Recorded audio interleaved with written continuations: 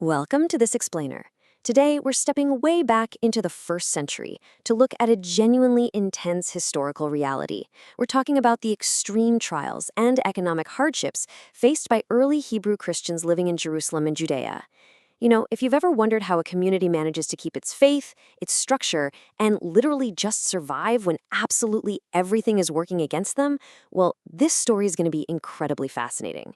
We aren't just looking at dry dates and facts here, we're talking about real people who endured just unimaginable pressure and still found a way through it. Let's just dive right into this by looking at this really powerful statement from Acts 8:1. It simply says, "Great persecution arose against the congregation that was in Jerusalem." This right here establishes the severe physical stakes these early followers faced immediately after Jesus' death. They weren't just dealing with, unpopular opinions or mild social rejection. No, they were facing an organized, intense threat to their very lives. Just imagine the atmosphere in Jerusalem back then.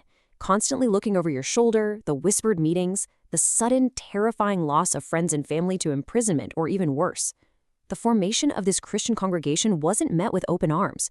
It was met with a fierce, violent wave of opposition that literally tried to extinguish it before it could even get off the ground.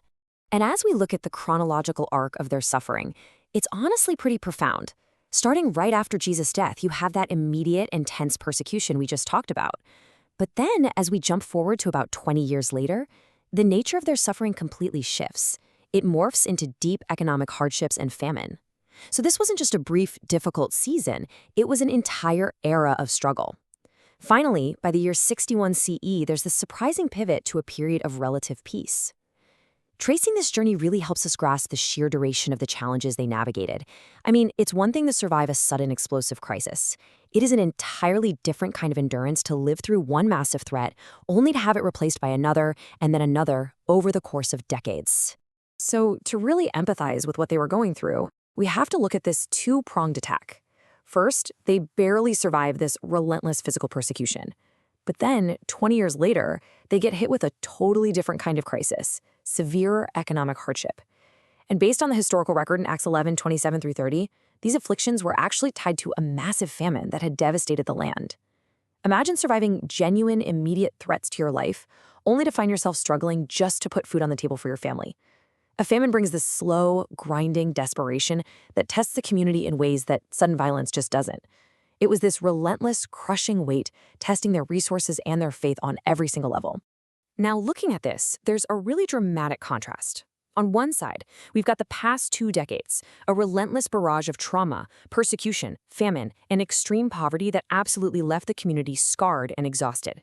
But on the other side, we have the reality of 61 CE, which brings this totally unexpected period of relative peace and calm. For the Christians living in Jerusalem and Judea, it was like the storm had finally broken. The immediate threats just kind of faded into the background. They basically found themselves in the eye of the storm, experiencing a tranquility that was just completely night and day from everything they had known since the congregation first formed. You can almost hear the collective sigh of relief sweeping through the region, right? But as they're experiencing this rare, beautiful moment of calm, we have to ask the million-dollar question. Would this relative peace last? Because human nature usually prompts us to drop our guard the second things get a little easier. When the pressure is finally off, our natural instinct is to relax, rebuild, and just assume the worst is behind us. So was this peace a permanent new normal for them, or was it just a brief, suspenseful pause before an even bigger storm hit? Understanding the temporary nature of this calm is absolutely essential to understanding what happened next, and why the leaders of the early church didn't just kick back and join in the relaxation. Right at this critical window of peace, the Apostle Paul stepped in with an absolutely perfectly timed intervention. Right around 61 CE, in the middle of this calm, the Hebrew Christians received an inspired letter from Paul, the letter to the Hebrews. And this wasn't just, a friendly check-in or a theoretical theological essay. No, it was a deeply practical, urgently needed piece of correspondence specifically meant to equip them for the future. The timing here is just remarkable. Paul utilized this temporary reprieve from suffering to deliver a message they desperately needed to hear. He recognized that this moment of peace was not the time to get complacent. It was actually a rare opportunity to reinforce the foundation of their faith before the winds picked up all over again. Let's look at how he approached this. Paul's strategy definitely wasn't to celebrate the peace and tell everyone they could finally relax. Instead, he used it as a crucial prep period. First, he delivered the really sobering warning that the peace they were enjoying simply wouldn't last. Now, that is a hard message to deliver and an even harder one to hear when you finally found a moment of rest. Second, he gave them practical, inspired counsel tailored exactly to their situation. He didn't just say, watch out, he gave them actionable steps. And third, his ultimate goal was to prepare the congregation to endure the immense tribulation that they would soon face. He knew the storm was coming back, and coming back with a vengeance. So he dedicated this quiet moment to giving them the spiritual tools and mental fortitude they'd absolutely need to survive it. So, what does this all mean for us? The crucial takeaway here is that this temporary peace was a necessary window to fortify their faith.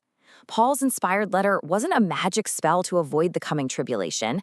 It was a manual on how to be practically prepared to survive it.